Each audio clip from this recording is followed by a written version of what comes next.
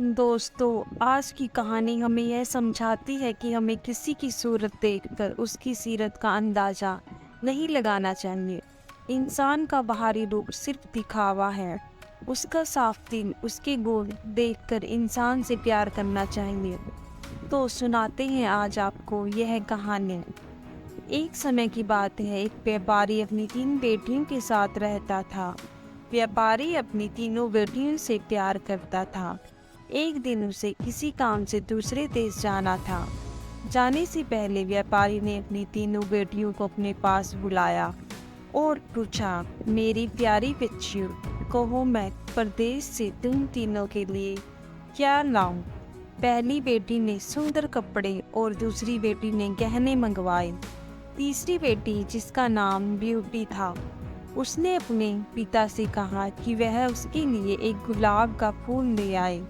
व्यापारी ने अपनी तीनों बेटियों से उनके उपहार लाने का वादा किया और अपने सफर पर निकल पड़ा। अपना काम खत्म करके व्यापारी जब अपने घर की ओर चला तो वह तूफान में फंस गया और रास्ते से भटक गया।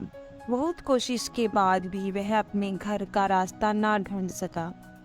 तब तक तो अंधेरा भी हो चुका था। तभी अचानक उसकी नज़र एक रोशनी पर पड़ी जो दूर एक महल से आ रही थी। व्यापारी ने सोचा शायद महल में उसे रात बिताने की जगह मिल जाए, इसलिए वह उस तरफ चल पड़ा। जब व्यापारी महल में पहुंचा तो महल में कोई भी नहीं था। उसने हर तरफ देखा लेकिन उसे महल में कोई नहीं मिला। आश्चर्य की बात थी कि खाने की मेज पर कई प्रकार के स्वादिष्ट व्यंजन रखे हुए थे, परंतु उन्हें खाने वाला कोई नहीं दिख रहा था।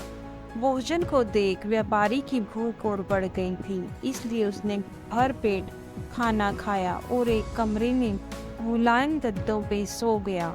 सुबह व्यापारी ने जब महल के बगीचे में सुंदर गुलाब खिले देखे तो उसने ब्यूटी से किया हुआ वादा याद आ गया। उसने एक फूल तोड़ा और घर की ओर जाने लगा। तभी वहाँ एक भयानक जीव प्रकट हुआ और बोला, मैंने तुम्हें अपना भोजन खाने दिया, अपने मुलायम गद्दों पर सोने दिया और तुम मेरे ही बागीचे से गुलाब तोड़ रहे हो। तुम्हें इसकी सजा भुगतनी होगी। व्यापारी बहुत डर गया था। कांपते हुए बोला, मुझे माफ कर दो मुझे मत मारो। यह गुलाब मैंने अपने लिए नहीं तोड़ा, अपनी बेटी के लिए तोड़ा था। मैंने अपनी बेटी से वादा किया था कि मैं उसके लिए गुलाब का फूल लाऊंगा। यह सुनते ही राक्षस ने व्यापारी से कहा कि वह एक शर्त पर उसे छोड़ेगा। उसे अपनी बेटी को महल में भेजना होगा।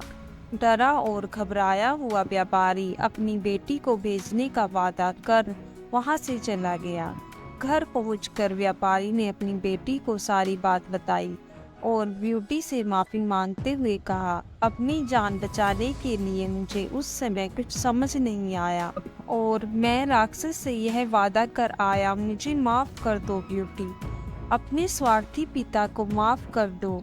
ब्यूटी ने अपने पिता के गले लगते हुए तसल्ली दी, आप बिल्कुल परेशान ना हो पिताजी, मैं आपका किया हुआ वादा जरूर निभाऊंगी। ब्यूटी जब महल पहुंची तो बहुत घबराई हुई थी। राक्षस का भयानक चेहरा देखकर वह बहुत डर गई, लेकिन राक्षस ने उसका खुले दिल से स्वागत किया। राक्षस ने उसे रहने के लिए अपने महल का सबसे अच्छा कमरा दिया और जब ब्यूटी आग के सामने बैठकर कढ़ाई करती तब राक्षस उसके पास घंटों तक बैठा रहता। धीरे धीरे दोनों को एक दूसरे का साथ अच्छा लगने लगा और वे अच्छे दोस्त बन गए। अब वह दोनों सारा दिन एक दूसरे से बातें करते और खुश रहते। राक्षस को ब्यूटी बहुत अच्छी लगती थी और वह उससे शादी करना चाहता था, लेकिन डरता था कि ब्यूटी एक राक्षस से कभी शादी नहीं करना चाहे। बड़ी हिम्मत जुटाकर एक दिन उसने ब्यूटी से अपने दिल की बात कहने का फैसला किया।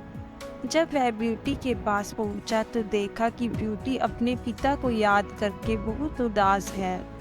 उससे ब्यूटी की उदासी देखी नहीं गई और उसने ब्यूटी को एक जादुई शीशा दिया जिससे वह अपने पिता को देख सके। ब्यूटी बहुत खुश हुई, लेकिन जब उसने अपने पिता को देखा तो वह बहुत बीमार थे।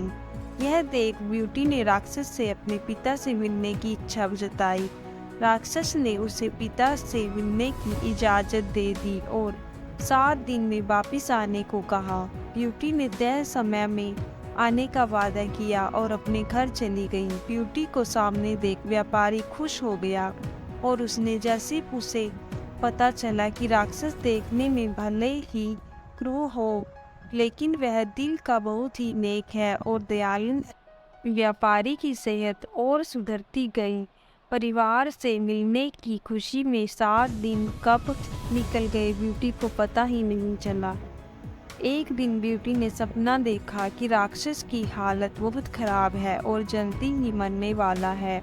अगले ही दिन वह महल वापस आ गई और उसने पाया कि राक्षस बगीचे में बेसुध पड़ा हुआ था, जैसे वह मर चुका हो। ब्यूटी उसे देखते ही रो पड़ी। तुम मुझे छोड़कर मत जाओ, मैं तुमसे बहुत प्यार करती हूँ और तुमसे शादी करना चाहती हूँ। मैं अपनी सारी जिंदगी तुम्हारे साथ बिताना चाहती हूँ। जैसे ही ब्यूटी ने यह शब्द कहे, एक रोशनी ने राक्षस को ढक लिया और जब रोशनी गायब हुई तो भयानक और क्रूर दिखने वाला राक्षस एक खूबसूरत राजकुमार में बदल गया। राजकुमार ने बताया कि एक दुष्ट जादूगरनी ने उसे एक राक्षस बना दिया था और सच्चे प्यार से ही उस जादू को तोड़ा जा सकता था। बहुत समय से राजकुमार उस लड़की को ढूंढ रहा था जो उससे उस रूप में प्यार करे जिससे सब डरते थे, जो उसकी सूरत से नहीं बल्कि उसके गुणों को चाहे। आखिरकार राजकुमार को उसका सच्चा प्यार मिल गया और वह बहुत खुश था। जल्द ही ब्यूटी और राजकुमार की शादी हो गई और वह अपनी गुलाबों की खूबसूरत दुनिया में हंसी खुशी रहने लगे।